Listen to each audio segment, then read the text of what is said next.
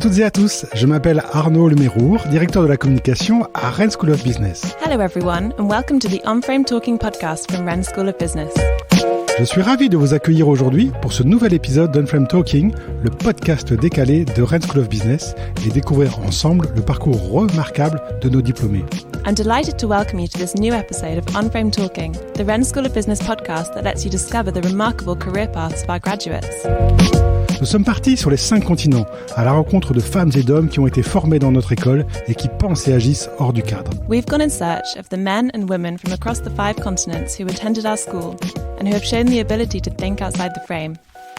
Entrepreneurs à succès, intrapreneurs intrépides, influenceurs étonnants et dirigeants atypiques défilent chaque semaine derrière notre micro pour vous raconter leurs aventures hors du commun. Successful entrepreneurs, intrepid entrepreneurs, astonishing influencers and original business leaders take to the microphone each week to tell you about their extraordinary adventures. Je suis prêt à parier que vous connaissez déjà certains d'entre eux sans même savoir qu'ils sont diplômés de notre école. I'm willing to bet that you've heard of a few of them without knowing that they came from our school. Mais avant de commencer cet épisode, je vous invite dès à présent à vous abonner à On-Frame Talking sur Apple Podcast, Google Podcast ou Spotify pour ne louper aucun épisode.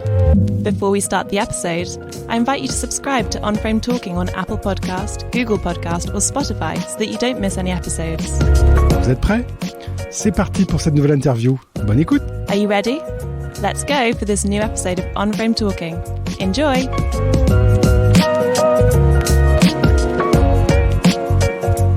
Direction le Mexique avec ce nouveau podcast qui nous permet de rencontrer Gwenaëlle Gérard, la fondatrice de Responsable, une entreprise de conseil, si je puis dire, en responsabilité sociale qui accompagne les entreprises. Bonjour Gwenaëlle, c'est bien ça ?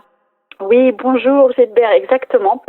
C'est ça, au Mexique depuis 17 ans, entrepreneuse et donc directrice générale de Responsable, une agence qui accompagne les entreprises, surtout multinationales, dans tous les thèmes de développement durable, responsabilité sociale. Quelle idée de faire ça au Mexique, pourquoi pas en Europe ? Alors j'imagine qu'il y a une très bonne raison. Il y a plein de très bonnes raisons. La première doit être on-frame thinking, non ? Finalement, on l'avait peut-être dans nos veines en sortant de l'école. Et en fait, la très bonne raison, c'est que je suis arrivée au Mexique en échange, en fait. Dernière année d'école de commerce, justement. J'ai terminé donc ma 3e année de l'école au Mexique. J'ai ensuite trouvé un VIE. Donc j'ai décidé de rester un peu à l'improviste à Mexico et puis finalement le temps a passé et j'ai créé plusieurs sociétés dont Responsable et donc j'ai décidé d'y rester. La vie, ce sont des surprises. Hein. La vie, c'est faire finalement des choses imprévisibles ou pas prévues en tout cas. Exactement. C'est exactement ce qui s'est passé. J'avais prévu d'habiter à l'étranger, oui, mais j'avais jamais prévu que ce serait au Mexique. J'avais surtout jamais prévu d'être entrepreneuse. Et puis finalement, c'est le destin. Et finalement, les opportunités arrivent. Et puis il faut les voir. Il faut accepter de les détecter. Et encore une fois, ce on-frame thinking, c'est vraiment arriver à ouvrir les yeux sur des choses qu'on n'aurait pas forcément, qui sont pas forcément dans le cadre qu'on avait prévu, mais qui finalement sont des choses positives, des choses intéressantes, de nouveaux défis personnels, professionnels, et je pense qu'il faut se lancer. Et finalement, c'est ce que j'ai fait. Ça a été dur, hein. Je veux pas dire que c'est facile de sortir du cadre, mais ça valait le coup. C'est du courage qu'il faut. Et d'ailleurs, du courage, vous n'en avez pas manqué, hein, Gwenaëlle. On va s'arrêter une petite minute sur, le drame qu'a connu le Mexique et aussi l'entreprise que vous dirigez. Et vous avez tiré un livre, Libro Minuto Zero, la minute zéro, l'instant T. Racontez-nous cette aventure en revenant peut-être en arrière, en regardant dans le rétroviseur. On parlait de capacité de sortir du cadre, peut-être de rebondir, de voir les opportunités. En 2017, un fort séisme a secoué la ville de Mexico, 19 septembre 2017 pour être précise. Et malheureusement, l'immeuble dans lequel nous louions nos bureaux s'est effondré à 13h, donc en plein horaire de travail, sachant que c'est pas pour nous l'horaire de déjeuner, on déjeune normalement un peu plus tard, donc on était tous au bureau. Et voilà. Et l'immeuble s'est effondré avec nous à l'intérieur, avec nos collaborateurs, avec toute l'entreprise, tous nos actifs. Et puis voilà, j'ai survécu. Mon conjoint qui est mon associé et qui est aussi un ancien de Rennes d'ailleurs, a aussi survécu. Donc du coup, en tant qu'entrepreneur, en tant que tous les deux chefs d'entreprise, il a fallu prendre des décisions de cet instant T, de ce moment où on a ouvert les yeux et on s'est rendu compte et on a compris ce qui venait de se passer. Et toutes les heures, les jours, les semaines, les années qui ont suivi. Donc voilà, j'ai écrit ce livre avec mon compagnon, donc Nicolas Blondel, et qui relate notre expérience les 2 années qui ont suivi le séisme. Et en fait, on s'est mis un peu à analyser la résilience organisationnelle de nos entreprises, parce que tout le monde nous demandait, mais comment est-ce que vous avez survécu à cette crise donc personnelle et professionnelle massive? Ce qu'il faut savoir, c'est que moi, je sortais de maternité, j'avais pas encore commencé à travailler au bureau, je travaillais de chez moi, donc j'étais juste là pour une réunion, j'avais emmené mon bébé de 4 mois. Et on était tous dans l'immeuble, donc c'est vraiment un drame personnel et drame professionnel. Donc comment est-ce que on a fait face à cette crise et toute la résilience qu'on a eue, mais nous en tant que personne, mais surtout en tant qu'équipe, en tant qu'entreprise, et voilà. Et c'est comme ça qu'est né Minuto Zero. Le partage d'expérience, raconter, regarder dans le rétroviseur, c'est aussi important. L'histoire éclaire l'avenir, on le sait bien. Et alors, on le trouve qu'en espagnol, j'imagine, cet ouvrage. Eh bien oui, pour l'instant qu'en espagnol, exactement. Donc j'invite toutes les personnes qui souhaitent, qui parlent espagnol, vous pouvez le lire. Et en plus aujourd'hui avec la crise du Covid, donc moi j'ai publié ce livre 4 mois à peu près avant que le Covid n'apparaisse dans nos vies. Et donc du coup ce côté résilience, j'ai été extrêmement sollicitée pour des conférences, pour un peu aider les autres entreprises à faire face à cette nouvelle crise. Et donc en fait j'ai décidé de partager mon livre gratuitement pendant toute cette période de Covid. Donc en fait vous pouvez le trouver sur le site web minuto-zero.com et dans la partie blog. C'est le cadeau de Gwenaëlle. Alors, on va encore plus en arrière, si vous êtes d'accord, Gwenaëlle. Lors de votre passage à l'école, quels sont les moments que vous avez retenus particulièrement? Il y a eu beaucoup de moments. Il y a un moment qui n'a pas grand-chose à faire avec l'école, mais qui est quand même un moment historique. C'est les Twin Towers qui se sont écroulés le 11 septembre 2001, et donc moi c'était, je fais partie de la promotion 12, P12, et donc du coup c'était nos premiers jours en fait à l'école, et là il y a cette nouvelle qui tombe. New York vient d'être attaqué, enfin des avions qui viennent de détruire les tours, et je me souviens un peu de cette crise à l'école, non, de toutes les questions qui se posaient. Enfin voilà, pour moi c'est un moment très très particulier. En plus, je revenais de New York, donc c'était très particulier.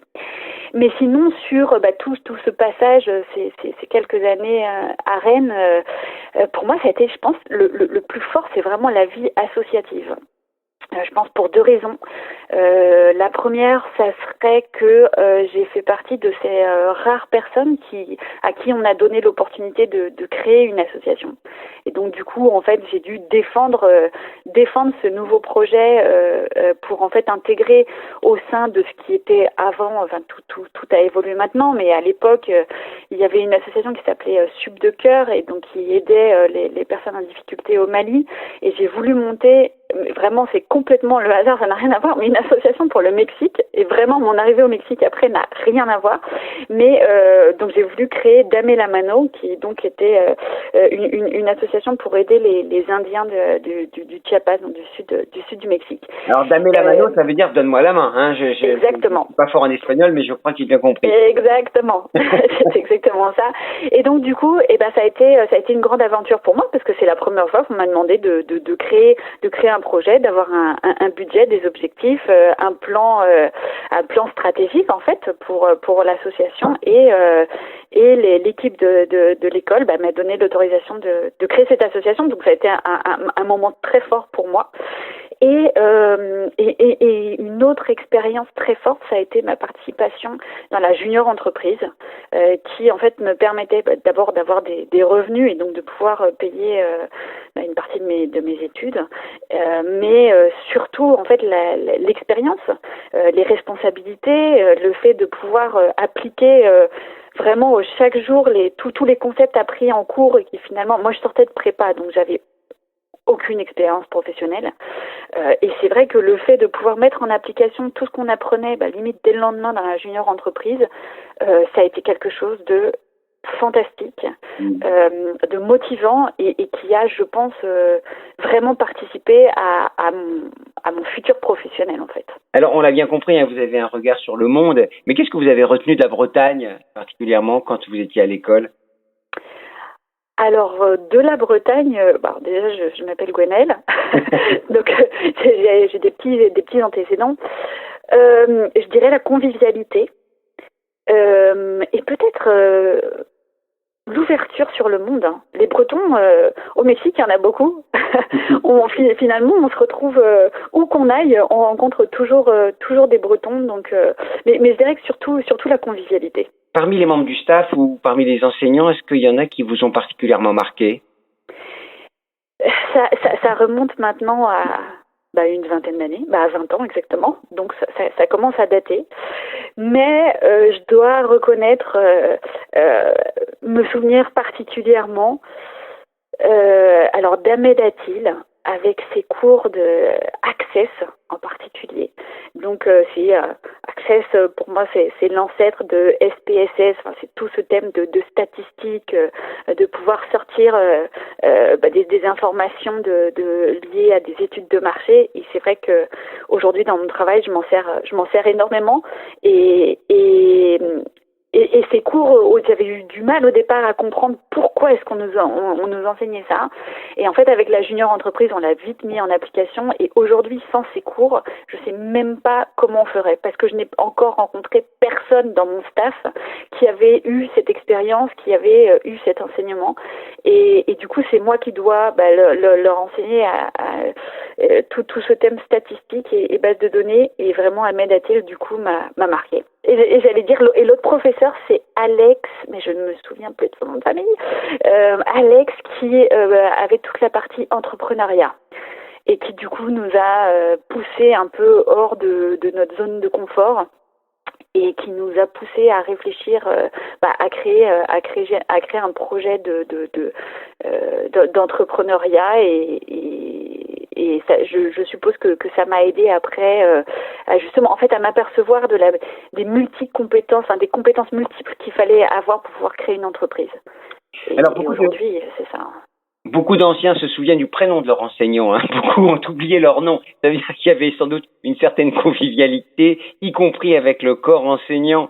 Aujourd'hui, si vous retourniez à l'école, qu'est-ce que vous aimeriez approfondir ou apprendre ou réapprendre ? Moi, j'aimerais réapprendre un peu de tout.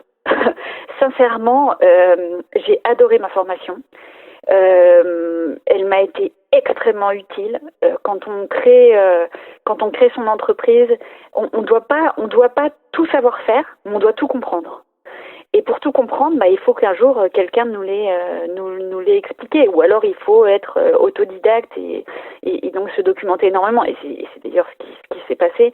Mais c'est vrai que la formation ESCRN nous a laissé de tout, du marketing, de la finance, des ressources humaines, des langues, des statistiques, vraiment un peu de tout. Et moi, j'adorerais en fait refaire le parcours pour pouvoir renforcer en fait quelques lacunes et peut-être mieux comprendre maintenant que je dois l'appliquer. Clairement, je pense qu'il y a des matières qui sont apparues et qui pourraient me servir. Par exemple, toute la partie responsabilité sociale. Ça c'est ce que j'ai. Je suis autodidacte. À l'époque, ça s'enseignait pas, et c'est vrai que ça m'intéresserait de voir aujourd'hui ce qui est enseigné dans le cursus. Voilà. Alors, mais globalement, je suis très contente. Si une jeune fille ou un jeune homme vient vous voir et vous dit quels sont les conseils que vous pourriez me donner aujourd'hui pour rentrer à l'école et pour la suite, qu'est-ce que vous lui donneriez comme conseil? À l'école, j'avais je me sentais un peu inférieure à certaines personnes à cause de mon manque d'expérience professionnelle. J'avais l'impression de débarquer d'une petite cage dorée qui s'appelle la prépa et qui en fait, sert à entrer dans de grandes écoles, mais et qui nous enseigne plein de choses. C'est un cadre, c'est être carré, c'est apprendre, comprendre, c'est des maths, etc. Mais j'avais l'impression du coup de ne pas avoir encore découvert le monde professionnel. Et donc moi, ce que je conseillerais à tous ces élèves qui arrivent peut-être avec ce même background, c'est de se dépasser dans la vie associative. Parce que finalement, c'est une expérience professionnelle qu'on nous offre tout au long de l'année scolaire. Et il s'agit pas, pour moi, de passer du bon temps. Évidemment, on passe du bon temps, évidemment. Mais je pense c'est aussi l'opportunité énorme d'acquérir des compétences qui feront la différence, notamment, ne serait-ce qu'en entretien. Ça permet en fait de défendre que bien sûr qu'on a de l'expérience professionnelle, qu'on a quelques stages, mais on a aussi toute cette vie associative. Donc vraiment, mon conseil, c'est de bien choisir son association et de vraiment y travailler et de le voir comme une opportunité professionnelle. Ensuite, il y a cette partie stage, évidemment, de pas juste prendre un stage pour valider, accepter le stage photocopie, le stage café, mais plutôt le choisir parce que c'est un défi personnel, c'est une aventure d'apprendre et l'opportunité en fait de détecter ce qu'on aime et ce qui finalement nous passionne pas vraiment parce que ces stages vont un peu nous donner cette première expérience de la vie professionnelle et il est possible que ça définisse même notre vie professionnelle. Mais je pense qu'il faut pas avoir peur. Un stage, c'est fait pour apprendre, c'est fait pour voir ce qu'on n'aime pas et si on n'aime pas, ne surtout pas prendre cette branche, même si c'est pas forcément facile en entretien de défendre le fait que justement on a choisi un stage qui n'était pas dans il y a pas forcément une cohérence en fait dans l'expérience. Moi je trouve que c'est très cohérent de savoir dire non. Le plus important c'est d'avoir ce tremplin en fait vers un premier job qui est bien choisi et pouvoir défendre toutes les responsabilités, l'expérience qu'on a eue et savoir défendre aussi des opinions, de dire non c'était pas la meilleure expérience parce que j'ai senti que je n'étais pas forcément hyper compétent là-dedans mais beaucoup plus compétent dans tel secteur. Voilà, c'était les conseils de Gwenaëlle from Mexico. Hasta luego. Muchas gracias, Gwenaëlle. Et puis, bon vent à l'école, bon vent à Responsable. Et puis, on espère le meilleur pour le livre que vous avez écrit qui revient sur votre aventure, une aventure compliquée, faite de résilience et d'écritage pour des personnes qui ont vécu des situations difficiles. On invite tout le monde à le lire. Merci beaucoup. À très bientôt, j'espère. Merci beaucoup, Gilbert. À très très bientôt. Un grand merci, chers auditeurs, pour votre écoute. Thanks for listening. Cet épisode vous a plu? Alors abonnez-vous à Unframe Talking sur votre plateforme d'écoute préférée et laissez-nous une note et un commentaire pour partager au maximum notre émission au plus grand nombre. If you enjoyed this podcast, please like, comment and subscribe to Unframe Talking on whatever platform you use to listen to your podcasts in order to help other people discover the series. Je vous donne dès à présent rendez-vous sur le site internet dédié aux 30 ans de l'école pour découvrir des portraits d'invités au parcours remarquable. You can visit our website dedicated to the school's 30th anniversary to hear more about other members of our alumni with remarkable careers. Très bonne journée ou très bonne soirée selon votre longitude et à très bientôt avec un nouvel épisode de Unframe Talking par Rennes School of Business. Have a great day or a great evening depending on from where you're listening and see you soon for the next episode of Unframe Talking by Rennes School of Business.